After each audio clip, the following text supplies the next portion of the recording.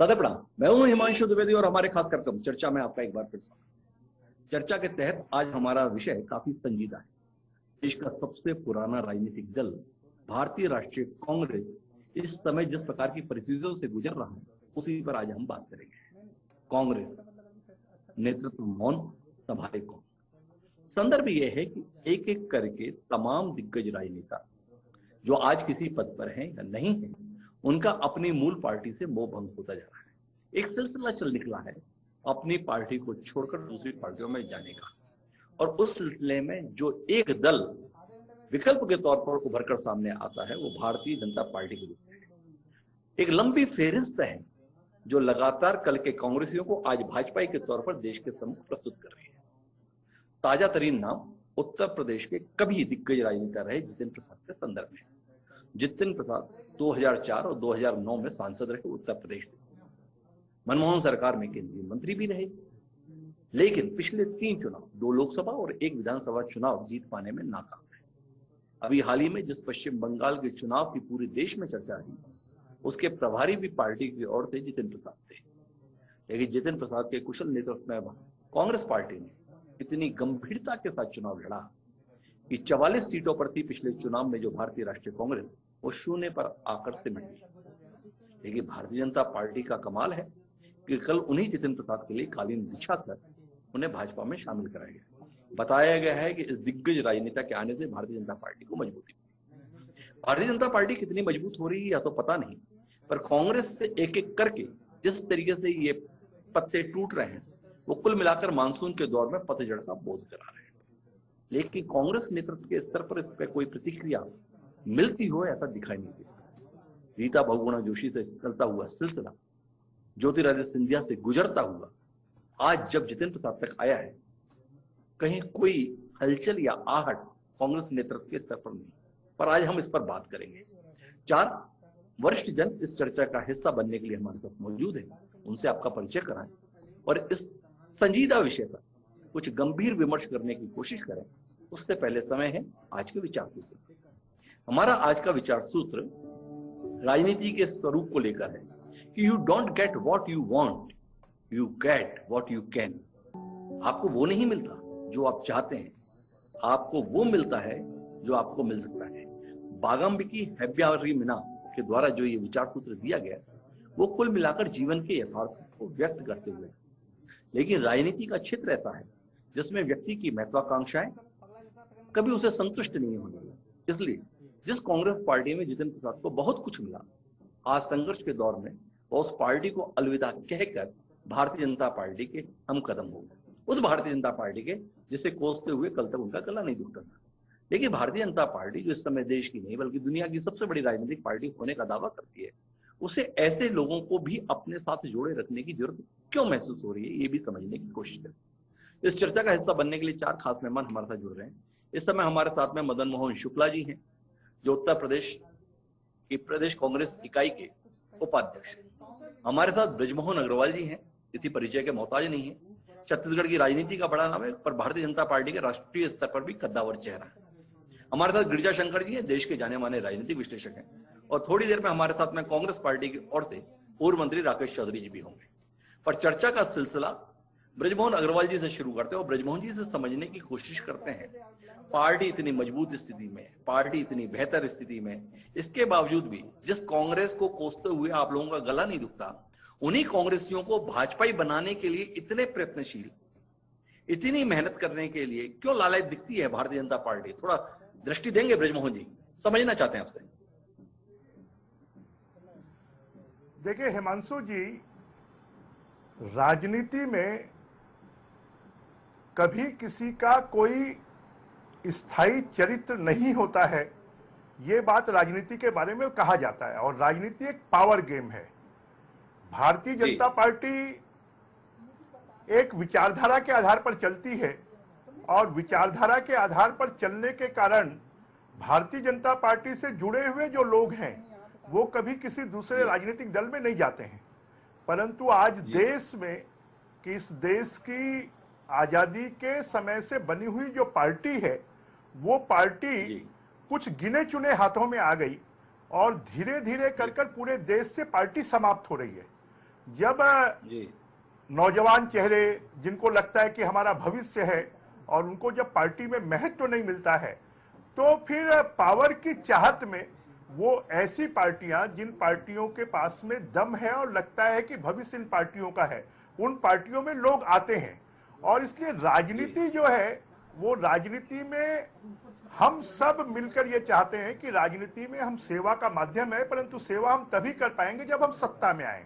और सत्ता में आने के लिए अगर कुछ लोगों की आवश्यकता है तो फिर उन लोगों को अपने साथ में जोड़ना पड़ता है। और इसलिए पूरे देश में लगभग सभी राजनीतिक दलों में, जिस प्रदेश में, जिस देश में जो राजनीतिक दल ज्यादा ताकतवर होता है, उस दल के साथ में लोग बड़ी संख्या में जुड़ते हैं। और देश में कभी कभी तो ऐसा लगता है कि एक जो दमदार प्रतिपक्ष होना चाहिए वो लगभग नहीं के बराबर है। और एक देश की सबसे पुरानी पार्टी वो कुछ सीमित हाथों में सिमट गई है। और इसलिए उस पार्टी के लोग अब अपनी पार्टी को छोड़ रहे हैं। माधवराव सिंधिया जी बीजेपी में आ गए, अब जतिन जी बीजेपी में आ गए। तो उसका कारण यही है कि कांग्रेस धीरे धीरे कमजोर होती जा रही है और कांग्रेस में नौजवानों के लिए और अच्छे राजनीतिज्ञों के लिए जगह नहीं है, और इसलिए वो पार्टी छोड़ रहे हैं। और भारतीय जनता पार्टी अगर सत्ता में आना चाहती है तो जो उपयोगी लोग हैं उनको भारतीय जनता पार्टी में शामिल कर रही है। जो उपयोगी लोग हैं उन्हें भारतीय जनता पार्टी में शामिल कर रहे हैं। लेकिन ब्रजमोहन जी, आप जिस पार्टी से ताल्लुक रखते हैं वो बताती थी कि हमारे लिए कार्यकर्ता सबसे महत्वपूर्ण है, पर ये नेताओं को लेने के चक्कर में आप अपने पुराने नेताओं के साथ क्या व्यवहार कर रहे हैं? केपी यादव, जिन्होंने भाजपा के उम्मीदवार के तौर पर ज्योतिरादित्य सिंधिया को करारी शिकस्त दी थी, वो हाशिए पर हैं और हारने वाले सिंधिया जी को अब आप सर पर लिए घूम रहे हैं। सवाल है, जितिन प्रसाद को 2019 के लोकसभा चुनाव में जिस प्रत्याशी ने तकरीबन 4.25 लाख वोटों के विशाल अंतर से हराया था, वो महज एक अदना सा सांसद बन के मौजूद हैं। और जितिन प्रसाद जी के लिए नरेंद्र मोदी जी से लेकर अमित शाह तक सब सम्मान में ताली बजा रहे हैं। बड़ा सवाल है कि ये अपने कर्मठ कार्यकर्ताओं को छोड़ इन लोगों के प्रति जो आपका इतना अनुराग उमड़ रहा है, क्या संदेश देना चाहते हैं देश को और अपनी पार्टी के समर्पित कार्यकर्ताओं को? ब्रजमोहन जी, जैसे भारतीय जनता पार्टी क्योंकि एक विचारधारा के आधार पर चलने वाली पार्टी है, और इसलिए भारतीय जनता पार्टी का कार्यकर्ता अपने नेतृत्व की बात को पूरी तरह मानता है। और नेतृत्व ने अगर कोई निर्णय लिया है तो वो सोच समझ कर लिया है। और भारतीय जनता पार्टी के जो कार्यकर्ता हैं, जिन कार्यकर्ताओं के दम पर पार्टी बनी हुई है, पार्टी में उनका सम्मान कभी समाप्त नहीं होता। इसलिए भारतीय जनता पार्टी में कहा जाता है कि जो कार्यकर्ता का पद है वो कभी भी कोई छीन नहीं सकता। पद जो है वो तो आने जाने वाला है, परंतु जो कार्यकर्ता है वो हमेशा बना रहेगा। इसलिए भारतीय जनता पार्टी में कार्यकर्ताओं का महत्व कभी भी कम नहीं होता है। और ऐसे भी लोग हैं जो कभी एमएलए भी नहीं रहे, वो मुख्यमंत्री बने। ऐसे भी लोग हैं जिन्होंने कभी सपने में नहीं सोचा था कि कभी हम एमएलए एमपी बनेंगे, वो बीजेपी में एमएलए एमपी बन जाते हैं। ऐसे भी लोग हैं जो बहुत आर्थिक रूप से कमजोर हैं, कोई रिक्शा चलाता है, कोई घर में बर्तन मांजता है, ऐसे लोगों को भी बीजेपी टिकट देती है। इसलिए बीजेपी में कार्यकर्ताओं का महत्व कभी समाप्त नहीं होता है, वो कभी कम नहीं होता है। कार्यकर्ता को एक न एक दिन जो कार्य करने वाला कार्यकर्ता है उसको बीजेपी में महत्व मिलता है। इसलिए आप देखेंगे कि जब से 1950 से जनसंघ से लेकर आज तक बीजेपी के टूटकर कोई दूसरी पार्टी नहीं बनी है। एकमात्र पार्टी अगर कोई है तो भारतीय जनता पार्टी है, जहां पर कार्यकर्ताओं का महत्व है। क्या बात कर रहे हैं ब्रजमोहन जी, इतनी आसानी से आप अपनी पुरानी नेता माननीय उमा भारती को भूल गए, जिन्होंने लोक जनशक्ति पार्टी बनाई थी। आप कल्याण सिंह जी को भूल गए, उन्होंने भी क्रांति दल का गठन किया था। आप केशुभाई पटेल को भी भूल गए। ये जितने भी सो कॉल्ड समर्पित कार्यकर्ता थे, इनके भी तेवरों को हमने देखा है। लेकिन मैं मदन मोहन शुक्ला जी के पास चलता हूं, क्योंकि आज हमारा विषय भाजपा नहीं है। भाजपा पे चर्चा इसलिए की थी कि मदन मोहन शुक्ला जी से समझे कि पुरानी कहावत ये चलती थी कि जब कोई जहाज डूब रहा होता है तो चूहे सबसे पहले जहाज को छोड़ते हैं। पर अभी तो हम देख रहे हैं कि चूहों को छोड़िए, जो सो कॉल्ड कप्तान की भूमिका में थे वो भी अब कांग्रेस से किनारा ले रहे हैं। जितिन प्रसाद तीसरी पीढ़ी का चेहरा थे कांग्रेस पार्टी के अंदर, उन्होंने भी अब कांग्रेस को अलविदा कह दिया। क्या कहेंगे मदन जी? कुल मिला के कांग्रेस अब इतिहास के पन्नों में पढ़ने के लिए ही रह जाएगी, भविष्य को लेकर कोई उम्मीद नहीं। इसलिए ऐसी समर्पित पीढ़ियां भी पार्टी से विमुख हो रही हैं। कितना चिंतित हैं, कितना निराश है, कितना हताश हैं आप? देखिए ब्रिजमोहन जी, वो हिमांशु जी, अभी मैं ब्रिजमोहन जी को सुन रहा था कि इनकी पार्टी बड़े विचारधारा वाली पार्टी, सिद्धांतों वाली पार्टी है, और कह रहे थे कि हमारी पार्टी में किसी ने आज तक कोई छोड़े नहीं, किसी ने दूसरे दल में गए नहीं। अभी यशवंत सिन्हा जो भारतीय जनता पार्टी में केंद्रीय मंत्री थे, अभी छोड़ के गए और उन्होंने तृणमूल कांग्रेस ज्वाइन की। शत्रुघ्न सिन्हा इनके यहाँ मंत्री थे, छोड़ के कांग्रेस ज्वाइन की। आज इनके यहाँ मैं तो ज्वाइनिंग का इंचार्ज भी यूपी का रहा हूँ, तमाम पूर्व सांसद, पूर्व विधायकों को मैंने ज्वाइन कराया था उत्तर प्रदेश में। आज मैं जो ये हमारे ब्रिजमोहन जी कह रहे हैं कि कांग्रेस में भगदड़ मची हुई है, मैं इनसे पूछना चाहता हूं कि भारतीय जनता पार्टी का पूरा घटक दल, आपका जो अकाली दल रहा, उसने छोड़ दिया उसमें भारतीय जनता पार्टी पुराना सहयोगी दल था, और मंत्री ने कितने आरोप लगाए कि किसान विरोधी सरकार है ये, उन्होंने छोड़ा, पूरा अकाली दल ने साथ छोड़ा। शिवसेना आपका पुराना सहयोगी दल रहा, उसने आपको छोड़ दिया। भाजपा किस मुकाम पर है ये आज हमारा विषय नहीं है। हमारा आज का विषय कांग्रेस की बदहाली है। जो कांग्रेस 1951 के चुनाव में 364 सीटें 489 सीटों में से जीतती थी, वो कांग्रेस पार्टी मात्र 44 सीटें और 52 सीटों पर सिमट गई पिछले 2 चुनावों में। आपसे जानना है कि पुराने कर्मठ कांग्रेसी लगातार कांग्रेस में अपना भविष्य देख रहे हैं। ये बात आप जैसे कांग्रेसियों को और कांग्रेस पार्टी को कितना बेचैन कर रही है। क्या आपको नहीं लग रहा है कि आपको अब तो कम से कम चेतने की जरूरत है, और आपके नेतृत्व को, या इसी प्रकार से एक एक करके पत्ता विहीन, फल विहीन पेड़ हो जाने के लिए आप इसी भांति तत्पर बने रहेंगे? ये सवाल है आपसे। इस पर कोई टिप्पणी करना चाहेंगे भाजपा की चिंता करने की जगह? नहीं, देखिए, हमारी आप जो बात पूछना चाहते हैं जी, ज्योतिरादित्य जी गए, इतनी कम उम्र में उनको सांसद, उनको मंत्री, उनको ऑल इंडिया कांग्रेस कमेटी का जनरल सेक्रेटरी, मैं समझता हूं जितने कम समय में कांग्रेस ने उनको दिया, जबकि उनके पिताजी आजीवन कांग्रेस में रहे, और उसके बाद वो केवल राज्यसभा के लिए उन्होंने पार्टी तोड़ दी, और वहां पार्टी जो हमारी सत्ता में थी मध्य प्रदेश में, उसको गिरा करके भारतीय जनता पार्टी की सरकार बना दी। कौन सा मुख्यमंत्री वहां बन गए भाई? यहाँ तो मुख्यमंत्री लाई थी, कौन से मुख्यमंत्री बन गए? भारतीय जनता पार्टी धोखेबाज पार्टी है। इन्होंने उनको एक सपना दिखाया, और आज हालत ये है कि उनके लोग उन पर आरोप प्रत्यारोप कर रहे हैं। आज मैं अभी आप जो हम जितेंद्र प्रसाद के साथ, जितेंद्र प्रसाद के पिताजी के साथ में प्रदेश कांग्रेस कमेटी महामंत्री था। आज वो पुराना 3 पीढ़ी का कांग्रेसी है। जितेंद्र प्रसाद जी भी मंत्री रहे, सांसद रहे, चुनाव जीते, हारे, और हमारे उनके बहुत अच्छे नेता रहे। आज वो क्या सपना दिखाते हो? आप अपने यहाँ के लक्ष्मीकांत वाजपेयी जी को, जिनके नेतृत्व में प्रदेश कांग्रेस कमेटी को अध्यक्ष थे, जिनके नेतृत्व में भारतीय जनता पार्टी जीती थी, आप उनको दरकिनार करते हो, और आप दूसरों को सपना दिखाने की बात करते हो। आज मेरी समझ में नहीं आता है कि आज जो भारतीय जनता पार्टी इतनी भयभीत है उत्तर प्रदेश में कि वो चुनाव हारने जा रही, जब से बंगाल का चुनाव हारी है, और जब से उत्तर प्रदेश में ये पंचायतों के चुनाव में उनको चौथे नंबर पे पहुंच गए हैं, तब से भारतीय जनता पार्टी में इतनी खड़बड़ाहट है कि कैसे वो मुख्यमंत्री बदल दें, कैसे कौन सा चेहरा बदल दें, कैसे कहां पर एन केन प्रकारेण वो सत्ता के लिए बड़ी छटपटाहट है कि सत्ता हाथ से जाने न पावे है, इसके लिए बड़ी छटपटाहट है। शुक्ला जी के पास में अपनी पार्टी की इस हालत के लिए कहने के लिए कोई टिप्पणी नहीं है। वो बार बार चिंता भाजपा के संदर्भ कर रहे हैं, भाजपा की बेचैनी को लेकर कर रहे हैं। तो गिरिजा शंकर जी, मैं आपकी ओर रुख करता हूं और आपसे समझना चाहता हूं कि क्या कांग्रेस का तूफान को देखकर रेत के अंदर सिर गड़ा लेने का जो ये तरीका है, क्या यही उनकी वर्तमान स्थिति के लिए जिम्मेदार है?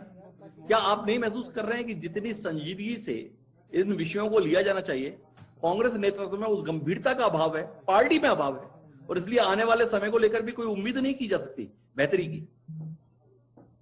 देखिए, दो लगातार लोकसभा चुनाव हारने के बाद और बहुत कम सीटें आने के बाद कांग्रेस की इस हालत को लेकर लगातार मीडिया के बाहर चर्चा बहस होती रही है और हर बार ये अपेक्षा की जाती रही कि कांग्रेस पार्टी इसको लेकर रिएक्ट करे।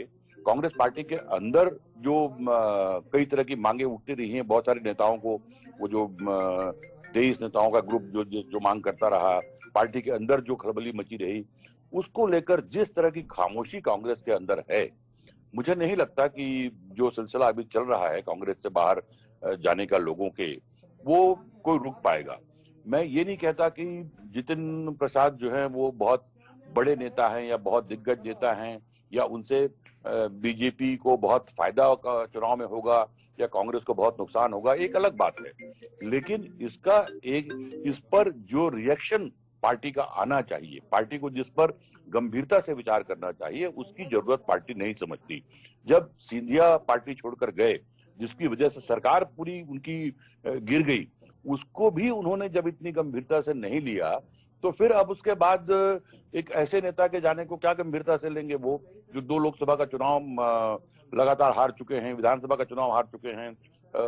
पश्चिम बंगाल में जैसा आपने बताया कि वो उनकी लीडरशिप में चुनाव हुआ और कांग्रेस पार्टी 0 पे आ गई। तो मुझे लगता है कि कांग्रेस ने शायद ये मान लिया है अघोषित रूप से कि जिसको जाना है जाइए, जिसको रहना है रहिए, हमारा जो रवैया है वो नहीं बदलने वाला है।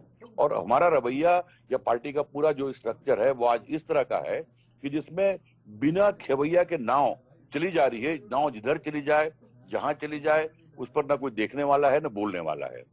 जहां तक सिंधिया के और जितिन प्रसाद के या और लोगों के पार्टी छोड़ने की बात है, ये बहुत गंभीर बात है। इसलिए गंभीर बात है कि इनके पास एक, जैसा खुद कांग्रेस के नेता कहते हैं कि इनको पार्टी ने कम समय में बहुत कुछ दिया और उनकी उम्र को देखते हुए उनके पास बहुत कुछ करने की गुंजाइश थी। यदि इन नेताओं का अपने राज्य में जो प्रभाव है वो जितना भी हो, जितने बड़े दिग्गज नेता हो या ना हो, लेकिन संभावनाएं बहुत ज्यादा इनके साथ थी। यदि पश्चिम बंगाल का चुनाव का नेतृत्व सौंपने के बजाय यदि उनको उत्तर प्रदेश का नेतृत्व सौंपा गया होता, जिस तरह सचिन पायलट को राजस्थान में मौका दिया गया, उसके परिणाम सामने है। राजस्थान में सरकार बनाने की नौबत आ गई। जिस तरह जब सिंधिया ने पार्टी छोड़ा, तो ये 2-3 तरह से सोचने की जरूरत है। एक तो ये संभावनाशील नेता हैं जो आने वाले समय में कुछ बेहतर करने की संभावना पार्टी के लिए, समाज के लिए, देश के लिए है, वो संभावनाएं जो है उस पर क्यों नहीं विचार किया।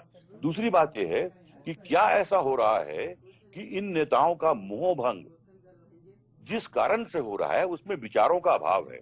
मतलब ये है कि आपने ऐसे नेताओं को पद दिया, बहुत मौके दिए, लेकिन उनको विचार नहीं दिया, उनको कांग्रेसी नहीं बनाया, कांग्रेस की विचारधारा से उनको नहीं जोड़ा। तो उसका परिणाम है कि उनको आज बीजेपी में जाने में कोई गुरेज नहीं है, उनके लिए विचारधारा का प्रश्न कहीं नहीं है। तो कांग्रेस को इस बात पर बहुत गंभीरता से विचार करना चाहिए। दूसरी बात आप देखेंगे कि राजीव गांधी 21वीं सदी की बात करते थे। 21वीं सदी का सपना राजीव गांधी का सपना था, नहीं कांग्रेस का सपना था। और मुझे लगता है कि कांग्रेस उस 21वीं सदी के में जो कांग्रेस के को नई कांग्रेस के रूप में लाना था, वो शायद नहीं उनको याद है इस बात को। बीजेपी ने 21वीं सदी के नारे को सही माने में अपनाया। आप देखिए कि 2003 में जब मध्य प्रदेश में विधानसभा के चुनाव हुए, तो सुंदरलाल पटवा, कैलाश जोशी, ऐसे बहुत सारे जो बहुत सीनियर और दिग्गज नेता थे, उनको किनारे करके एक युवा चेहरा उमा भारती का लाए, वो प्रयोग किया उन्होंने एक जनरेशन चेंज का। और उसका परिणाम ये हुआ कि 15 साल से और उसके बाद से अब तक बीजेपी की सरकार, थोड़े अंतराल को छोड़कर बीजेपी की सरकार बनी हुई है। केंद्र में 2014 में नरेंद्र मोदी को लाने की बड़ी आलोचना हुई कि इतने तमाम अटल बिहारी, लाल कृष्ण आडवाणी और मुरली मनोहर जोशी और यशवंत सिन्हा और तमाम नेताओं को किनारे किया गया और ये किया गया, वो किया गया। लेकिन वो वक्त की जरूरत थी कि एक नई लीडरशिप को लाना, और नई लीडरशिप को लाकर बीजेपी ने राज्यों में कमाल किया, देश में कमाल किया और एक बड़ी पार्टी और लगातार 2 बार सत्ता में आई। तो जो 21वीं सदी में कांग्रेस को जो अपना ट्रांसफॉर्मेशन करना था वो नहीं हुआ। आज मेरी समझ में नहीं आता कि राहुल गांधी फोर फ्रंट पे होते हैं जो पार्टी में कुछ भी नहीं है, और जो अध्यक्ष है सोनिया गांधी वो किनारे हैं। आखिर यदि राहुल गांधी को फोर फ्रंट पे रखना है तो बकायदा उनको घोषित रूप से अध्यक्ष घोषित कीजिए। आज अध्यक्ष कौन हो या ना हो इसका फैसला महीनों सालों से नहीं हो रहा है, तो ऐसी पार्टी में यदि रहकर जितिन प्रसाद या सिंधिया या दूसरे और नेता जो हैं यदि अपना भविष्य बहुत सुंदर या बहुत अच्छा नहीं देख रहे हैं और उनको इन नेताओं को मालूम है कि बीजेपी में जाने के बाद उनको कोई बहुत बड़ा भविष्य, बहुत बड़ा ब्रेक मिलने वाला है, ये नहीं है, लेकिन कम से कम उस फ्रस्ट्रेशन से वो मुक्त होने की कोशिश कर रहे हैं, ये कांग्रेस के लिए बहुत गंभीर विषय है। बीजेपी को इससे बड़ा फायदा होगा। दो तीन सवाल आपसे बीच में हस्तक्षेप के तौर पर जानना चाहता हूं। एक तो ये कि जितिन प्रसाद क्या इस प्रकार से पार्टी छोड़ना, राहुल गांधी की विफलताओं पे तो हम बात कर रहे थे, क्या प्रियंका गांधी भी राजनीति में एक विफल चेहरा हो गई, इस नजरिए से देखना चाहिए? उत्तर प्रदेश की वो प्रभारी है और जितिन प्रसाद बिना हिचक भाजपाई हो गए, क्या इस विफलता को आप प्रियंका गांधी के संदर्भ में एक विफलता के तौर पर देखते हैं? एक सवाल।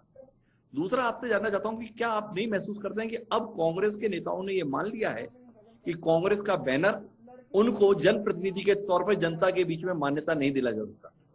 जितिन प्रसाद को बड़ा नेता बता रही है भाजपा, लेकिन वो जितिन प्रसाद 2 लोकसभा चुनाव ही नहीं हारे बल्कि विधानसभा का चुनाव भी बुरी तरीके से 2017 में हारे और आखिरकार भाजपा की देहरी पर चढ़ गए।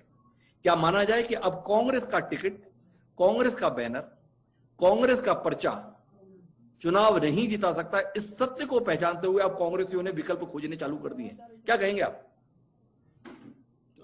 जो पहला सवाल आपने किया कि प्रियंका गांधी के फेलियर का, तो पहले बात तो यह है कि प्रियंका गांधी कोई एक बड़े नेता के रूप में कभी स्थापित हुई हो या रही हो ऐसा तो है ही नहीं। वो केवल जो है एक चेहरा थी और ये माना गया कि उस परिवार में एक बेहतर चेहरा प्रियंका गांधी और राहुल गांधी में कौन हो सकता है, और मौका दिया गया।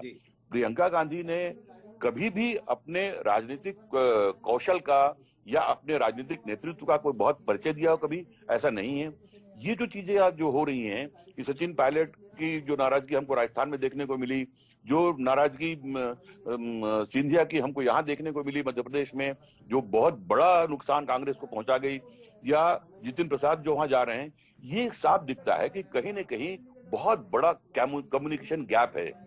सचिन पायलट से बात कब की गई? बहुत आखिर के दौर में, और उस बात का नतीजा क्या निकला कि गहलोत है वो बने रहेंगे, आप जैसे हैं वहां रहिए। ये जो कम्युनिकेशन गैप है इन नेताओं के साथ में, जो प्रभारी होते हैं या दूसरे और होते हैं, उनका काम है कि आप उन नेताओं के बीच में सामंजस्य बनाएं, उनसे संवाद रखें और कहीं उनकी जो शिकायत है, कहीं कोई दिक्कत है तो उसका समाधान करें। मैं कहता हूं कि इन तमाम चीजों के साथ साथ एक बड़ी जरूरत जो कांग्रेस पार्टी की है वो ये है कि वैचारिक स्तर पर अब उनके नेताओं का कोई एक प्रतिबद्धता अब नहीं दिखती। या तो उनको जिस तरह से नए जनरेशन को कांग्रेस की विचारधारा के साथ में जोड़ना था, उनके प्रति प्रतिबद्ध बनाना था, वो काम नहीं हुआ। विचारधारा के साथ जब होता है तो चाहे वो पार्टी डूबती हो या उतरती हो, उसमें पार्टी में संकट हो या न हो, आदमी उस पार्टी को छोड़ने के बारे में सोचता है, क्योंकि एक लंबी परंपरा विचारधारा की होती है। क्योंकि इस नए जनरेशन में उस विचारधारा की परंपरा कांग्रेस में नहीं दिख रही है, इसलिए उनको बीजेपी जैसा संगठन में जाने में भी बहुत कोई दिक्कत नहीं दिख रही है। जी, दूसरे विषय में आपने टिप्पणी नहीं दी, लेकिन मैं उसके लिए वापस आऊंगा। मैं राकेश चौधरी जी के पास चलता हूं। राकेश चौधरी जी धारा के विपरीत चेहरा है हमारे बीच। जब तमाम लोग कांग्रेस को छोड़कर भाजपा की ओर रुख कर रहे थे, राकेश चौधरी जी ने भाजपा को छोड़कर कांग्रेस की ओर रुख किया। चौधरी राकेश सिंह जी, गलती नहीं हो गई आपसे? समय के अनुसार बाकी जितने भी आपके पुराने साथी, पुराने नेता एक एक करके कांग्रेस को अलविदा कह रहे हैं और भाजपा की ओर रुख ले रहे हैं। क्या नहीं मानते हैं कि इतिहास में जब कांग्रेस दर्ज होने जा रही है, ऐसे समय में आप कहां उसकी ईंट बनने के लिए तत्पर हो गए? और ऐसे घटनाक्रम के बीच में आपका नेतृत्व मौन है, बेपरवाह है, ऐसा महसूस होता है कि आपको बेचैन नहीं करता पार्टी का ये रवैया, पार्टी का ये तरीका? बेचैनी स्वाभाविक है पहले आने के बाद जो परिणाम आते हैं, और उस पर विचार करना चाहिए संगठन को। लेकिन आपने ये कहा कि मैं वापस क्यों विपरीत धारा में जा रहा हूं और लोग क्यों धारा के पक्ष में चले जा रहे हैं, तो मैं सुन रहा था भाई बृजमोहन अग्रवाल जी को, उन्होंने कहा कि अब विपक्ष लग ही नहीं रहा है, कहीं है। भाई कांग्रेस एक इतनी पुरानी पार्टी है कि भारतीय जनता पार्टी की जितनी आयु है उससे दुगनी और 1.5 गुनी आयु उसकी है कांग्रेस। और जिस समय भारतीय जनता पार्टी का जन्म हुआ उस समय 2 सदस्य हुआ करते थे, विपक्ष के नाम पर लानत हुआ करती थी हिंदुस्तान में, सदस्य ही नहीं थे कोई भी। आप जिस पार्टी की बात कर रहे हैं कि जिस तरफ लोग जा रहे हैं, भारतीय जनता पार्टी का खुद का बनाया हुआ जो चेहरा है, जिस विचारधारा की गिरिजा शंकर जी बात कर रहे हैं, उस विचारधारा में कोई काबिल लोग ही नहीं बचे। इनको हर जगह जहां भी चुनाव होता है वहां पे इनको कांग्रेसी कार्यकर्ता ढूंढना पड़ता है, चाहे राजस्थान में चुनाव हो, चाहे मध्य प्रदेश में हो, चाहे पश्चिम बंगाल में हो, चाहे उत्तर प्रदेश में हो, चाहे आसाम में हो। आप इस बात को देखिए कि पले पलाए लोग जो कांग्रेस के हैं, क्योंकि अपने यहाँ तो कार्यकर्ता पैदा कर ही नहीं पाए इस युग कि वो पदाधिकारी बन पाए, वो नेतृत्व संभाल पाए। दूसरे के घर में झांकना, दूसरे की बनी हुई व्यवस्था को तोड़ फोड़ करना। चाहे पश्चिम बंगाल में आप देखिए क्या हुआ, मुंह की खा के आए लौट के वापस। अब उत्तर प्रदेश उनके टारगेट में है तो उत्तर प्रदेश में ये हथकंडे अपनाएंगे। और जैसा ब्रजमोहन अग्रवाल साहब कह रहे, कार्यकर्ता की बड़ी इज्जत है, आ जाए। जगदम्बिका प्रसाद पाल गए थे, शुक्ला जी को मालूम है क्या स्थिति आज उत्तर प्रदेश में उनकी जी। रीता बहुगुणा जी गई थी, किसी जमाने में मुख्यमंत्री की दावेदार थी कांग्रेस में, आज क्या स्थिति है उनकी, एक मंत्री बन के रह गई है। इसलिए कोई भी सरकार आए जाए, संगठन भले ही हम सरकार मतलब हमारे पदाधिकारी कम जीते सांसद और विधायक, लेकिन हमें मजबूती हमें अपने संगठन के साथ रखना चाहिए। और जो लोग जा रहे हैं उनकी याददाश्त के लिए बताना चाहता हूं कि आपके वालिदैन, आपके वालिद हिंदुस्तान की राजनीति में अगर सरसब्ज हुए तो सिर्फ कांग्रेस की वजह से हुए, भारतीय जनता पार्टी और जनसंघ की वजह से नहीं हुए। पूरा जीवन उनका कांग्रेस में गया और कांग्रेस ने ही उन फ्यूडल्स को, उन पैसे वालों को, उन सांप्रदायिक लोगों को जो धनाढ़ थे, उन लोगों को कांग्रेस ने ही, राजे महाराजे थे उनको कांग्रेस ने ही उनको सरसब्ज किया।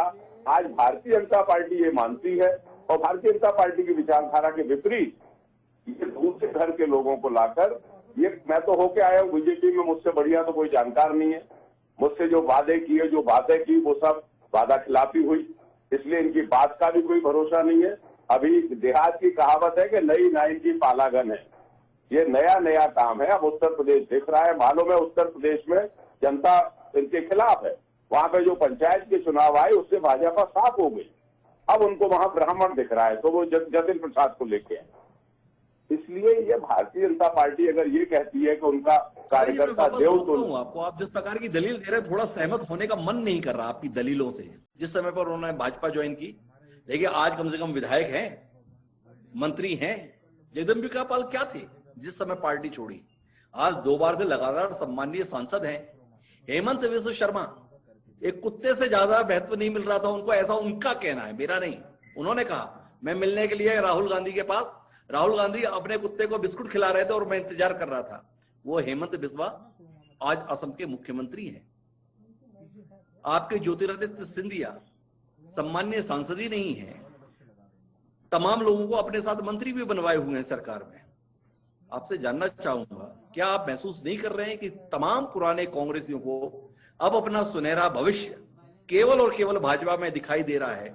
इस स्तर पर पार्टी पहुंच रही है और नेतृत्व इसके प्रति बेपरवाह। ये सवाल है, क्या कांग्रेस के वर्तमान नेतृत्व ने मान लिया है कि अब हमारे पास करने के लिए कुछ है ही नहीं, तो प्रतिक्रिया क्या देनी, मेहनत क्या करनी, कोई उपक्रम क्या करना, कुल मिलाकर जो हो रहा है होने दिया जाए? क्या यही नजरिया है? कांग्रेस का दौर डॉक्टर साहब कमजोरी का दौर है, मैं मानता हूं इस बात, मैं मानता हूं इस बात को। कांग्रेस में अभी सक्रियता की आवश्यकता है, लेकिन मैंने 11 अशोक रोड पर ऐसे ऐसे राष्ट्रीय अध्यक्षों को देखा, एक कमरे में बैठे हुए जहां दिन भर में एक आदमी मिलने नहीं आता था, चाहे वहां पे कोई भी रहे हों। आप देख लीजिए बीजेपी की विश्व उठा के वहां पे कार्यकर्ताओं की, और 11 अकबर रोड की, अशोक रोड की, वहां पे लोग मिलने नहीं आते थे राष्ट्रीय अध्यक्षों। तो कांग्रेस का ये समय, मैं ये मानता हूं कि पराभव का समय है, लेकिन कई राजनीतिक दल जो संघर्ष करते हैं उनको इस दौर से गुजरना पड़ता है।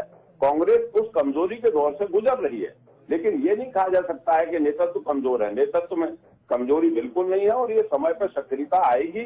और देखिए, हिंदुस्तान में अगर सभी लोगों को लेके चलना है, सभी जातियों को लेके चलना है, देश में अगर हमें एक तरीके से सबको मिला के चलना है, देश की प्रभुता को अखंडित रखना है, तो हमें निश्चित रूप से जो है कांग्रेस की तरफ ही हिंदुस्तान की जनता को आना पड़ेगा। और 1.5 वर्ष से भारतवर्ष का जो नेतृत्व देख रही है जनता, वो अपने आप को निर्णय करने में इस बात को मानती है। चौधरी जी, मैं ब्रजमोहन जी के पास चलूं उससे पहले एक सवाल करता हूं। आपने कहा कि समय आएगा, नेतृत्व सक्रिय होगा। क्या भाजपा आपके लिए रोल मॉडल है? क्या जनसंघ आपके लिए रोल मॉडल है?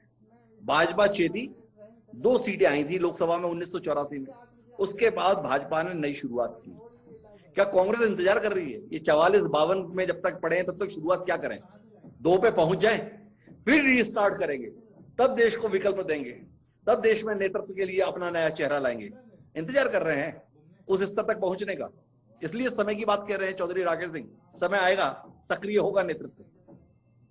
नहीं, मैं ये कह रहा हूं कि हिंदुस्तान में कई राजनीतिक संगठनों का ऐसा दौर आया है। हमने जनसंघ को देखा, भारतीय जनता पार्टी को देखा, सोशलिस्ट को समाप्त होते देखा, हमने और भी दल देखे, कम्युनिस्ट को देखा जिसका पूरा छत्रप था पश्चिम बंगाल में।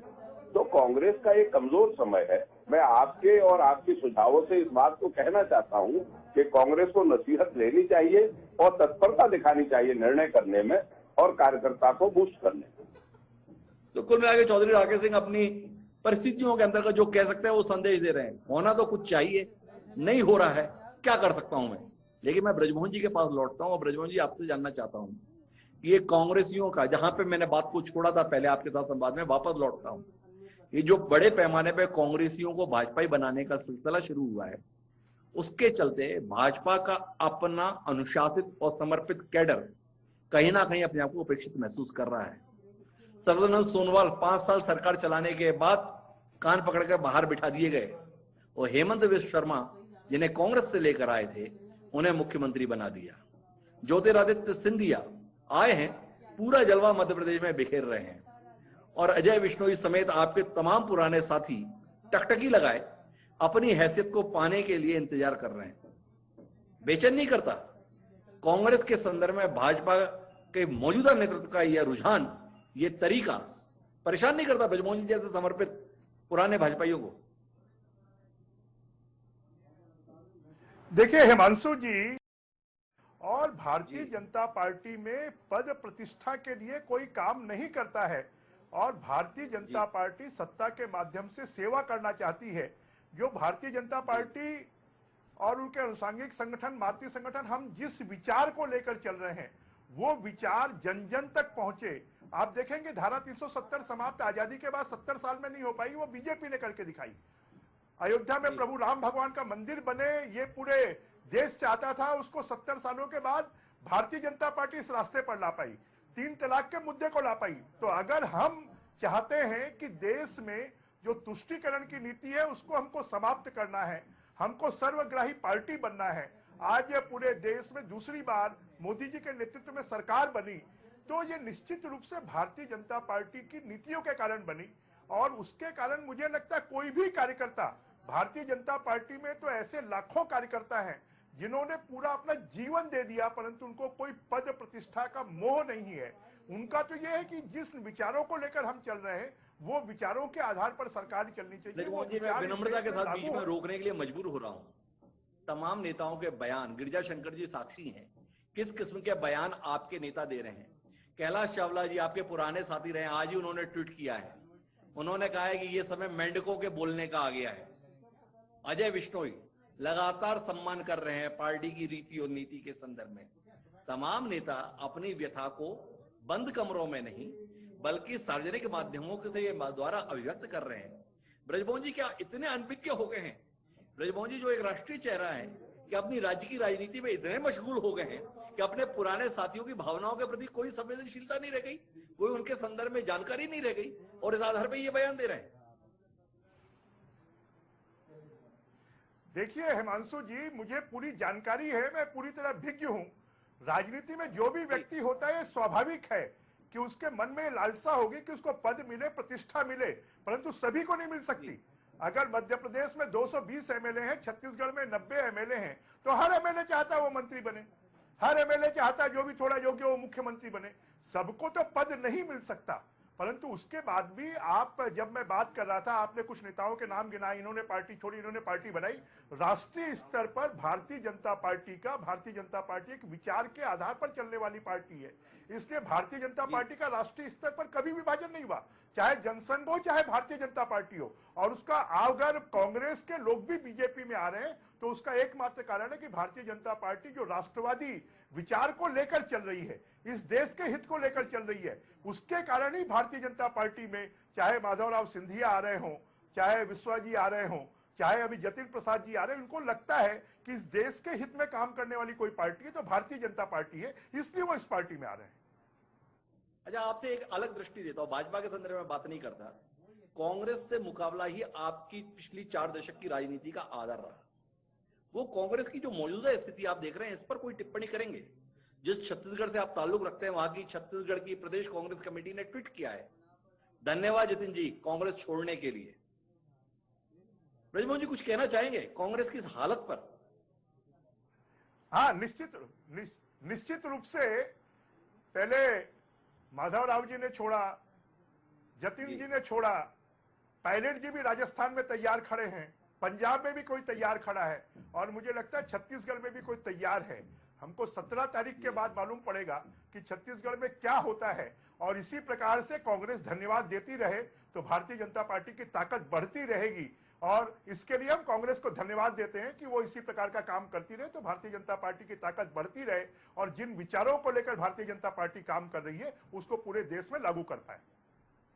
तो ब्रजमोहन जी बहुत उत्साहित है, उन्हें लगता है कि कांग्रेस अभी धन्यवाद ही देती रहे अपनी पार्टी के नेताओं को कांग्रेस छोड़ने के लिए। लेकिन मैं जानना चाहूंगा मदन मोहन जी, दो बड़ी गंभीर विमर्श के अंदर 2-3 बातें आई हैं, उसमें सबसे महत्वपूर्ण बात यह आई है कि अब आपकी राजनीति में जो पीढ़ी सक्रिय है कांग्रेस के अंदर, उसका विचार से कोई वास्ता ही नहीं है, उसे कांग्रेस से कोई सरोकार ही नहीं है, कांग्रेस के विचारों के लिए समर्पित रही, इसको उन्होंने जाना ही नहीं है, और इसलिए यह हालत हो रही है। पर सवाल इस बात का है, जो आपकी पार्टी का नेतृत्व कर रहे हैं, क्या उन्हें कांग्रेस के संदर्भ में वो जानकारी है? क्या वो कांग्रेस के विचार से वैसे जुड़े हुए हैं, और इसलिए नेतृत्व की शून्यता बाकी लोगों के बीच में अधीरता का कारण बन रही है?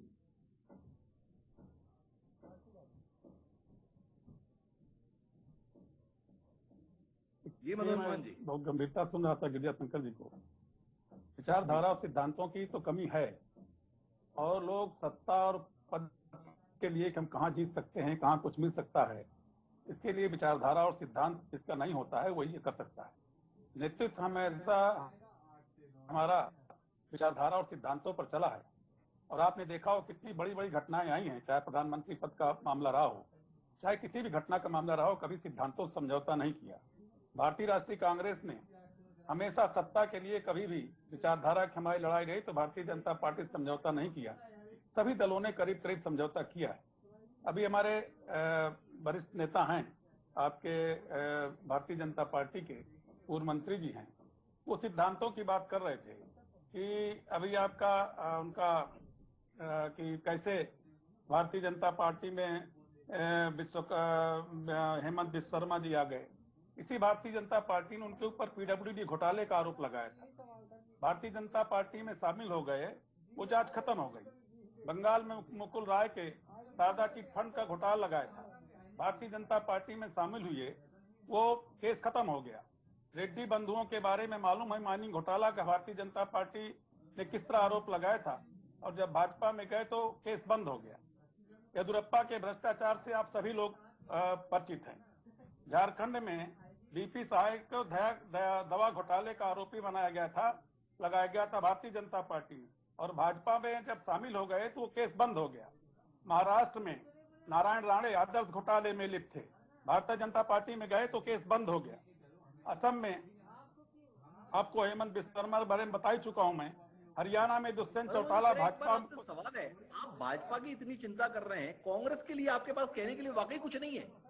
कांग्रेस उत्तर प्रदेश में राज करती थी, उस उत्तर प्रदेश में एक लोकसभा सीट जीतने के लिए भी समाजवादी पार्टी के पैरों में जाना पड़ता है। यह आपकी पार्टी की स्थिति उत्तर प्रदेश में हो गई। कोई टिप्पणी नहीं आपकी, कोई संभावनाओं को लेकर, कोई सुधार को लेकर, कोई दृष्टि देने की स्थिति में मदन मोहन शुक्ल जैसा जिम्मेदार राजनीतिज्ञ के पास कहने के लिए कुछ नहीं है। केवल भाजपा के अंदर ये होता है, भाजपा के अंदर ये होता है। भाजपा के अंदर सब कुछ बुरा होता है, पर भाजपा आज देश में स्पष्ट बहुमत के साथ सरकार में है और कांग्रेस आज कहां है, ये सवाल है। क्या मदन मोहन शुक्ल जी आने वाले भविष्य को लेकर जो तमाम दर्शक कांग्रेस विचारधारा से जुड़े हुए कार्यक्रम देख रहे हैं, उनके बीच में उम्मीद जगाने के लिए कुछ कहने की स्थिति में है, या केवल भाजपा को कोसने के अलावा और कुछ नहीं? मैं उसका उत्तर दे रहा हूं आपको। मैं कांग्रेस में सैद्धांतिक रूप से बचपन से रहा हूं, 3 छात्र संघों का अध्यक्ष रहा, उसके बाद छात्र संगठन, राष्ट्रीय छात्र संगठन, और उसके बाद यूथ कांग्रेस और कांग्रेस में मैं प्रदेश कांग्रेस कमेटी में उन 3 अध्यक्षों के साथ भी काम किया हूं लगातार, जो 3 अध्यक्ष कांग्रेस छोड़ के जा चुके। आज मैं ऑल इंडिया कांग्रेस कमेटी के, चाहे आपके सिंधिया जी रहे हों, यूपी प्रभारी रहे हों, चाहे इसके पहले वो रहे हों आपके चौधरी वीरेंद्र सिंह रहे हों, ये लोग जो पार्टी छोड़ के गए हैं, लेकिन मैं पार्टी छोड़ के नहीं गया। मैं आपसे कहना चाहता हूं कि आज हिंदुस्तान के कोई भी गांव ऐसा नहीं है, कोई मजरा नहीं है जहां कांग्रेस का एक समर्पित कार्यकर्ता, कांग्रेस के कार्यकर्ता ना हो। मैं दावे के साथ कहता हूं, किसी दल का हो या ना हो, लेकिन कांग्रेस का कार्यकर्ता सैद्धांतिक कार्यकर्ता है जो बहस करने के लिए तैयार किसी गांव में हिंदुस्तान के पैरासूट से उतार दीजिए। भारतीय जनता पार्टी में तो लालच, लोभ, भय के कारण हो सकते हैं, लेकिन कांग्रेस का कार्यकर्ता हर जगह है। आज अगर उस कार्यकर्ता को उपेक्षा होगी, उसका सम्मान नहीं होगा, और जो लोग नहीं जानते हैं कांग्रेस को, ऐसे लोग अगर वो कांग्रेस को उनको समझने का प्रयास नहीं करेंगे, तो निश्चित रूप से थोड़ा कांग्रेस को बल नहीं मिलता है। मेरा कहना है कि कांग्रेस में जो भी कमियां हैं, हर दल में कमी होती है, लेकिन कांग्रेस सैद्धांतिक रूप से कभी देश को बांटने का, देश को आपस में लड़ाने का, कभी देश के साथ धोखा देने का काम नहीं करती है। भारतीय जनता पार्टी आज जो आई है, किसी कार्यकर्ता के बल पर नहीं, देश के धोखा देकर आई है कि 2 करोड़ धोखा देकर आई है। कांग्रेस के अंतर्गत तो हर गांव में, हर मजरे टोले में जो है कार्यकर्ता मौजूद है। मदन मोहन जी इस बात से अभिभूत है। लेकिन गिरिजा शंकर जी, मैं आपके पास में कुछ निष्कर्ष तक पहुंचने की कोशिश करता हूं संवाद में, और आपसे जानना चाहूंगा कि कांग्रेस के सम्मुख चुनौती क्या है? भारतीय जनता पार्टी चुनौती है, कार्यकर्ताओं के बीच में विचार की कमी चुनौती है, या नेतृत्व के स्तर पर शून्यता दरअसल कांग्रेस की सबसे बड़ी चुनौती है? नेतृत्व के स्तर पर ही इस कदर का शून्य व्याप्त हो गया है कि ना विचार के लिए जगह है, ना जनता के बीच में व्यवहार के लिए जगह है। क्या कहेंगे गिरिजा शंकर जी? कांग्रेस को नए सिरे से शुरू होना है तो नेतृत्व का सवाल हल करके शुरू होगी, या कार्यकर्ताओं के बीच में काम करके शुरू होगी? सारा जवाब आपके सवाल में ही निहित है कि किस तरह की स्थितियों से कांग्रेस नेतृत्व गुजर रहा है, ये उसकी समस्या है। बीजेपी उसकी समस्या नहीं है, कोई और पार्टी कोई समस्या नहीं है, समस्या कांग्रेस की खुद कांग्रेस है। जैसे शुक्ला जी ने कहा, मैं सहमत हूं इस बात से कि भारतवर्ष में दूर दराज के किसी भी गांव में जाइए, एक टोपी वाला कांग्रेसी आपको मिल जाएगा। अब उसके बाद हम देखते हैं, विचारधारा की बात होती है और तमाम चीजों की बात होती है, तो आप ये देखिए कि जब बीजेपी जनसंघ थी, तब जनसंघ की सदस्यता प्राप्त करना केवल वो कितना मुश्किल होता था, ये हम जानते हैं। कांग्रेस की सदस्यता प्राप्त करने के लिए वो 54 वाली बुक, वो मेंबरशिप की, वो प्राप्त करने के लिए कितनी मशक्कत करनी होती थी, वो देखा हमने। अब आज की तारीख में कांग्रेस नहीं है, बीजेपी नहीं है। जब से 1980 के बाद जनसंघ से बीजेपी में कन्वर्ट हुई पार्टी, उसके बाद से विचारधारा का मामला सब खत्म हो गया। जो एक परंपरा थी कि आरएसएस के थ्रू, शाखाओं के थ्रू आप जनसंघ में आएंगे और नेता बनेंगे और आगे बढ़ेंगे, वो कहानी पूरी खत्म हो गई। अब तो कोई कहीं से भी आ सकता है और बन सकता है। वही हाल कांग्रेस का हो गया। आज कांग्रेस में टोपी पहना हुआ आदमी वो एक मॉडल बन जाता है, वो एक उदाहरण बन जाता है। तो विचारधारा के स्तर पर दोनों ही पार्टियों में खोखलापन है, इसमें कोई दो मत नहीं। और आज की राजनीति पूरी तौर पर अवसर की राजनीति है।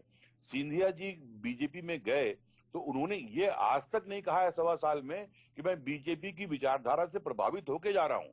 उन्होंने कहा कि मेरा कांग्रेस में सम्मान नहीं हुआ, इसलिए मैं जा रहा हूं। जितिन प्रसाद भी शायद ये बोल नहीं रहे हैं कि मैं बीजेपी की विचारधारा से सहमत होकर जा रहा हूं। और जितने लोग भी बीजेपी में आए हैं, मैं समझता हूं कि पिछले 10-12 सालों में किसी भी पार्टी से कोई भी आदमी आया हो, वो ये बोलकर नहीं आया है कि मैं बीजेपी की विचारधारा से प्रभावित हूं या उसका समर्थन करता हूं। वो एक अवसर के कारण आए। अब इस अवसर की राजनीति में कांग्रेस के नेता यदि अपनी पार्टी की कमजोरी को ये बताकर यदि उसको ढकना चाहें कि बहुत पुरानी पार्टी है, बहुत विचारों की पार्टी है, यदि वो विचारधारा होती तो कांग्रेस की ये गत नहीं होती। मैं देखता हूं कि लगातार 14 के बाद से जवाहरलाल नेहरू के खिलाफ लगातार हमला हो रहा है, लगातार उनको खारिज करने की कोशिश हो रही है। कोई कांग्रेसी मुझे नेहरू के पक्ष में वो जो खारिज करने वाले तर्क हैं उसको लेकर सामने खड़ा हुआ नजर नहीं आता। जैसे मैंने शुरू में कहा कि जिस राजीव गांधी ने 21st सेंचुरी का सपना देखा, देश को सपना दिखाया, उस 21st सेंचुरी में बीजेपी ने अपने आप को ट्रांसफॉर्म कर लिया। कांग्रेस को याद नहीं है 21st सेंचुरी का कोई नारा हमारी पार्टी के नेता ने दिया था। महात्मा गांधी की तो बात करना कांग्रेस में अब शायद किसी को याद भी नहीं है। तो ये जो दिक्कत है, इससे उबरना पहली जरूरत है। आप ये बोलकर कि बीजेपी 1984 में 2 सीटों पे थी, 1984 के चुनाव को याद कीजिए, वो सामान्य चुनाव नहीं था, वो इंदिरा गांधी के निधन के बाद हुआ चुनाव था जिसमें सहानुभूति लहर थी, उसमें सारी पार्टियां साफ हो गई थी। वो जो कांग्रेस को सफलता जो 400 सीट की मिली थी, वो कांग्रेस की अपनी ताकत नहीं थी, वो सहानुभूति लहर के कारण था। तो उस 2 सीट को उदाहरण बनाकर आप अपना भला नहीं कर सकते। कांग्रेस को देखना पड़ेगा कि कहीं पार्टी, जैसा मैंने कहा कि जब सिंधिया गए, जितिन प्रसाद गए या जो और लोग गए, वो बीजेपी की विचारधारा से प्रभावित होकर नहीं गए, वो कांग्रेस से असंतुष्ट होकर, नाराज होकर, अपमानित होकर गए। ये स्थिति कांग्रेस के अंदर क्यों बन रही है? यदि इस पर विचार करने के बजाय आप यदि उन जाने वाले नेताओं को गाली देंगे, आप बीजेपी को गाली देंगे, उससे कांग्रेस का भला नहीं होना है। तो कांग्रेस को यदि ये नेता मान रहे हैं कि हाँ कांग्रेस के कुछ अच्छे दिन नहीं चल रहे हैं, कांग्रेस में ठहराव है या कांग्रेस कोई दिक्कत में है, तो ये मानने भर से काम नहीं चलेगा। इससे उबरने की कोशिश क्या है? उबरने की कोई कोशिश नजर नहीं आती। उबरने की कोई कोशिश नजर नहीं आती है। ये सवाल बड़ी सहजता से पूछा गया स्वयं गिरिजा जी के द्वारा पिछली बार कि राहुल गांधी फ्रंट पर हैं लेकिन अध्यक्ष नहीं है, सोनिया गांधी अध्यक्ष हैं लेकिन फ्रंट पर नहीं है। तो आदरणीय राकेश चौधरी जी, आप मुकाबला करना चाहते हैं नरेंद्र मोदी की शख्सियत से, आप मुकाबला करना चाहते हैं अमित शाह की रणनीति से, आप मुकाबला करना चाहते हैं राष्ट्रीय स्वयंसेवक संघ के रूप में प्राप्त एक संगठन के अनुशासन से, और कुल मिलाकर नेतृत्व के स्तर पर इस तरीके की दिशाहीनता लगातार बनी हुई, जिनके द्वारा अपने स्वास्थ्य कारणों से पिछले 2 साल से कोई दौरा नहीं किया गया, उस नेतृत्व के साथ मुकाबला करेंगे? या आपने मान लिया कि मुकाबले लायक कुछ बचा नहीं है, तो कोई अध्यक्ष हो, कोई चेहरा हो, फर्क क्या पड़ता है? जाना तो शून्य की ओर है, पहुंच ही जाएंगे। मैंने पहले भी आपसे अनुरोध किया है कि ये दौर संगठन के लिहाज से कांग्रेस के लिए वास्तव में थोड़ा सा कमजोरी वाला है, और मैं गिरिजा शंकर जी की बात से सहमत भी हूँ कि आपको फ्रंट में आना पड़ेगा और लड़ाई लड़नी पड़ेगी। लड़ाई से मतलब यह है कि आपको दौरे करने पड़ेंगे, दूर दराज के इलाके में जाना पड़ेगा और कांग्रेस के कार्यकर्ता को सक्रिय करना पड़ेगा। आज परिस्थिति जो है वो मैं कह नहीं रहा हूँ कि क्योंकि भारतीय जनता पार्टी की जो सरकार है उसका दबाव जो बना हुआ है चारों तरफ, जैसे बंगाल में हमने जो देखा, सारी लोकतांत्रिक व्यवस्थाएं धरी रह गई, चुनाव 2-2 महीने हुए, तो दक्षिणपंथी लोग तो एक एक प्रकार सबको कब्जे में करना चाहते हैं, प्रलोभित करना चाहते हैं। कांग्रेस के बारे में जहां तक आपकी बात है, मैं फिर आपसे दोहरा रहा हूं कि कांग्रेस बहुत बड़ा संगठन है। हम सिर्फ इस लिहाज से देखते हैं, कांग्रेस के अन्य नेता अगर थोड़ा सा ये कोरोना पीरियड खत्म होगा, बैठने लगेंगे, तो निश्चित रूप से कांग्रेस के वरिष्ठ नेता लोग बैठ के एक भूमिका बनाएंगे, और मैं समझता हूं पहली भूमिका वो बहुत जल्दी इस जून के लास्ट में या जुलाई में उत्तर प्रदेश के लिए बनाई जाएगी, जो कारगर साबित होगी। तो आवश्यकता है हमें दुरुस्त करने की, आवश्यकता है हमें नेताओं को और फ्रंट पर लाने की, चाहे कोई भी नेता हो हमारे, तो फ्रंट में तो लाना पड़ेगा, हमें जुझारूपन से लड़ना पड़ेगा। जरूरत की बात महसूस कर रहे हैं राकेश चौधरी, लेकिन कुछ ठोस कह नहीं पा रहे हैं। मैं मदन मोहन शुक्ला जी, आपकी एक स्वीकारोक्ति के साथ में बातचीत को अंजाम देने की कोशिश करता हूं। आपने कहा 3 अध्यक्षों के साथ काम किया मैंने, तीनों भाजपा पार्टी छोड़कर दूसरी पार्टी में चले गए। आपसे जानना चाहता हूं, राहुल गांधी में आप अपने भविष्य की संभावनाएं देखते हैं? और राहुल गांधी की कोर टीम के सारे मेंबर एक एक करके पार्टी छोड़ रहे हैं। ज्योतिरादित्य सिंधिया जा चुके, जितेंद्र प्रसाद जा चुके, सचिन पायलट की हालत पूरा देश देख रहा है, उनका तेवर देख रहा है। एक मिलिंद देवड़ा बचे हैं, उनकी भी नाखुशी समय समय पर जाहिर होती रहती है। क्या आपको नहीं लगता है कि राहुल गांधी के संदर्भ में पार्टी को फैसला लेने का समय आ गया है और राहुल गांधी को पार्टी के संदर्भ में फैसला लेने का समय आ गया है? जितना टालेंगे उतना कांग्रेस का भी नुकसान, उतना राहुल गांधी का भी नुकसान। देखिए, अभी गिरिजा शंकर जी कह रहे थे, मैं उनकी बात सहमत हूँ। कुछ लोग जी सत्ता के लिए राजनीति करते हैं, कुछ लोग सिद्धांतों के लिए राजनीति करते हैं। जब समय आता है पार्टी के प्रति संकट का, तो जो सत्ता के लिए राजनीति करते हैं वो चेहरे अलग हो जाते हैं, सत्ता के तौर पर दौड़ते हैं, और जो पार्टी के लिए सिद्धांतों के लिए लड़ते हैं वो संघर्ष के लिए तैयार होते हैं। ये समय संघर्ष का है और संघर्ष सबके बस का नहीं होता है। जो सुविधा की राजनीति करते हैं उनके लिए संघर्ष बस का नहीं होता है आज। और एक तरफ जहां जो सत्ता में दल बैठा हुआ है, आप क्षमा कीजिएगा, आज मीडिया में उनकी छोटी सी बात को इतना प्रचारित किया जाता है, कांग्रेस कमजोर हो रही है। आज 200 विधायक मुख्यमंत्री के खिलाफ लिख के दे रहे हैं, उस पर ज्यादा चर्चा नहीं होती। आज उनका सांसद सुब्रमण्यम स्वामी जो मिनिस्टर है, वो कहता है कि भारतीय जनता पार्टी के रहते देश की अर्थव्यवस्था सुधर ही नहीं सकती है, तो उस पर कभी चर्चा नहीं होती, न किसी चैनल पे चर्चा होती कि क्या उन पर अर्थव्यवस्था पे चर्चा कराई जाए। आज मेरा मानना है कि संगठन में कांग्रेस के लिए कि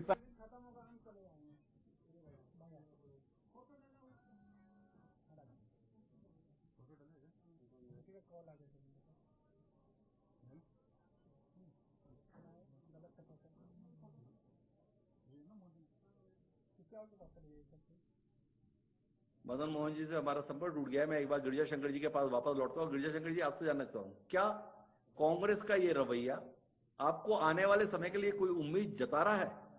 5 दशक की पत्रकारिता के बाद कांग्रेस जिस तरीके से विषय से रूबरू हो रही है, क्या इसमें कोई उम्मीद गिरिजा शंकर जी आप देख पा रहे हैं? मदन मोहन जी अपनी बात पूरी कर रहे हैं, एक बार उनकी बात सुन लें, फिर गिरिजा शंकर जी से बातचीत का समापन करेंगे। जी मदन मोहन जी। कांग्रेस कई बार सत्ता से बाहर हुई है और फिर सत्ता में आई है। अभी आपने देखा होगा कि मध्य प्रदेश में हम आए, राजस्थान में आए, बिहार में आए, और आपने जहां जहां आपने देखा भारतीय जनता पार्टी का मुखौटा धीरे धीरे से खुलता जा रहा है। जहां एक तरफ फोटो का जब जो सत्ता में बैठे लोग जब इस हद तक उतारू होंगे कि अगर कोई उनके खिलाफ बोले तो उसके ऊपर राष्ट्रद्रोह का मुकदमा लगाई, चाहे प्रेस का आदमी हो, चाहे डॉक्टर हो, चाहे समाज सेवा हो, कोई अगर उनके खिलाफ देशद्रोह का मुकदमा लड़ा दे। अगर कोई उनके खिलाफ ज्यादा बोले तो उसके यहाँ सीबीआई और ईडी का छापा पड़ जाए। मैं समझता हूँ हमेशा इस तरह के कारण सत्ता में जो लोग बैठे हैं, ये अहंकार नहीं होना चाहिए। विपक्ष हो या चाहे सामाजिक संगठन हो, चाहे सामाजिक कार्यकर्ता हो, देश में इस तरह की बात मध्य प्रदेश, छत्तीसगढ़, राजस्थान में हमने वापसी की, लगातार हारने के बाद देश में भी वापस आएंगे। लेकिन गिरिजा जी, मैं आपके पास में आखिरी बातचीत के लिए रुक कर रहा हूं और आपसे समझना चाहता हूं कि इस पूरी बातचीत के अंतर्गत क्या नेतृत्व के सवाल पर कोई उम्मीद जाग रही है? कांग्रेस को लेकर भविष्य में बदलाव की कोई बड़ी उम्मीद आप बतौर पत्रकार देख पा रहे हैं, या आने वाले समय में और बदतर स्थितियों के लिए कांग्रेस और देश दोनों को तैयार रहना होगा, देश की सबसे पुरानी राजनीतिक पार्टी के पराभव के सिलसिले में?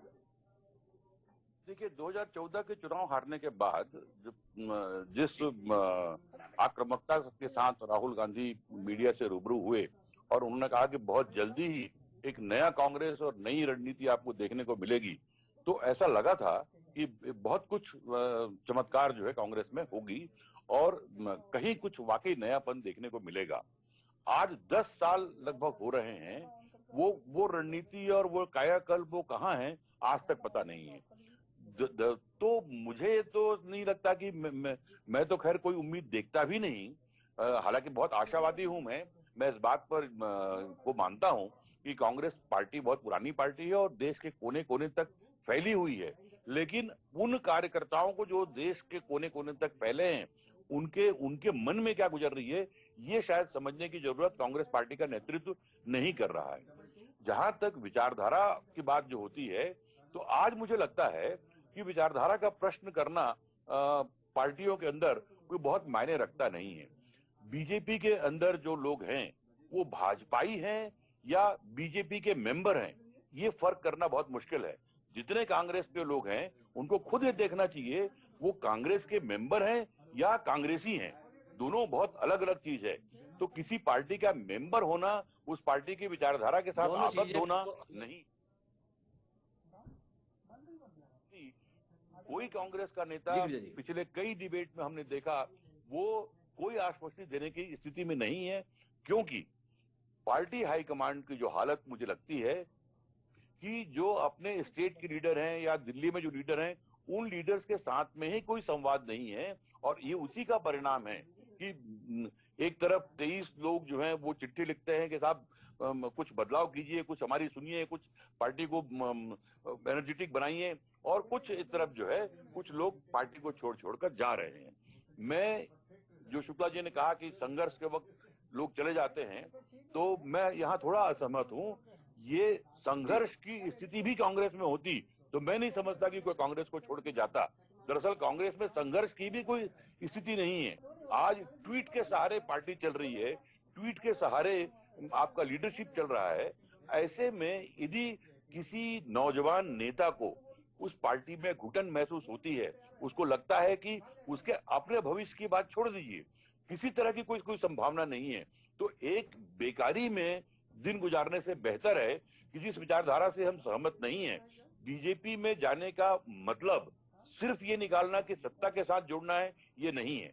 दरअसल आज की तारीख में जो एक वास्तविकता है कि सारे विपक्षी दल, एक ममता बनर्जी ने जो चमत्कार किया बंगाल में, उसको छोड़ दें, तो चाहे उत्तर प्रदेश का मामला हो, चाहे किसी और राज्य का मामला हो, चाहे हिंदी भाषी राज्यों में विपक्ष के नाम पर जो शून्यता उभर रही है कांग्रेस को मिलाकर, वो कहीं न कहीं ऐसे नेताओं को जिनमें संभावनाएं बहुत है, जो भले ही आज बहुत ताकतवर या बहुत दिग्गज न हो, लेकिन संभावनाएं उनमें हैं, इनको निराश तो करती है। और उसके लिए एकमात्र विकल्प जो आज बचता है वो केवल बीजेपी है। और बीजेपी में जाना मैं नहीं समझता कि उनकी पसंद है, ये उनकी मजबूरी मान के चलता हूं मैं। तो इसलिए दोनों ही पार्टी को आने वाले समय में बीजेपी का भविष्य भी उस तरह ही जाएगा जिस तरह से विचारधाराहीन पार्टी का भविष्य होता है। इसलिए दोनों ही पार्टियों को इस बात पर विचार करना चाहिए कि उनकी पार्टी में जो लोग हैं वो केवल पार्टी के मेंबर न रहें, बल्कि उस पार्टी की विचारधारा के साथ आबद्ध रहें। तो बड़ी महत्वपूर्ण टिप्पणी गिरिजाशंकर जी के माध्यम से मिली है। कांग्रेस के लिए तो खराब दौर है ही, पर आने वाले समय को लेकर भाजपा के संदर्भ में भी आशंकाएं पैदा हो रही हैं, क्योंकि एक विचारों के प्रति प्रतिबद्ध पार्टी जो भाजपा की पहचान रही, इस तरीके के फैसलों के कारण से आने वाले समय में विचारधारा विहीन न हो जाए, यह आशंका पैदा होती है। लेकिन कार्यक्रम का निष्कर्ष यही है कि कांग्रेस पार्टी जो इस देश की आजादी से पहले और आजादी के बाद की सबसे बड़ी पार्टी रही, इस समय जिस खराब दौर से गुजर रही है, उसका मूल कारण कहीं ना कहीं नेतृत्व के स्तर पर शून्यता है। कांग्रेस नेतृत्व के स्तर पर पहले उत्तर खोजे, तब कार्यकर्ताओं के बाकी जवाबों को वह रूबरू हो पाएगी। रुकने वाला नहीं है, क्योंकि भाजपा अपनी कोशिशों को कोई एक जितेंद्र प्रसाद के आधार पर रोक देने वाली नहीं है। आप सभी मेहमानों का बहुत बहुत धन्यवाद। एक अहम मसले पर चर्चा का हिस्सा बनने के लिए समय है अब आज के शेर का। हमारा आज का शेर मौजूदा परिस्थितियों को लेकर कहता है कि जिन पत्थरों को हमने अता की थी धड़कने, जिन पत्थरों को हमने अता की थी धड़कने, जब बोलने लगे तो हम ही पर बरस पड़े। ये दर्द दरअसल पुराने कांग्रेसियों का है, जिन कांग्रेस के बैनर के तले तमाम नेता अपनी जिंदगी में तमाम मुकामों पर पहुंचे, वो कठिन दौर में उसी कांग्रेस को छोड़ दुश्मनों के साथ हो लिए। कहीं ना कहीं दर्द तो उभरता है, लेकिन इस दर्द के लिए वो फैसला लेने वाले ही जिम्मेदार नहीं। सवाल उन पर भी है जो पार्टी को अपने नेतृत्व में इन हालात तक पहुंचा रहे हैं। क्या इसका उत्तर तलाशने की कोशिश कांग्रेस नेतृत्व करेगा? और अगर कर लेगा तो निश्चित रूप से आने वाले समय में कोई उम्मीद भी अपनी पार्टी का कार्यकर्ताओं के बीच में जगा लेगा। बहरहाल आज के इस कार्यक्रम में इतना ही। कल फिर मिलते हैं नए विषय के साथ। मुझे दीजिए सदा प्रणाम।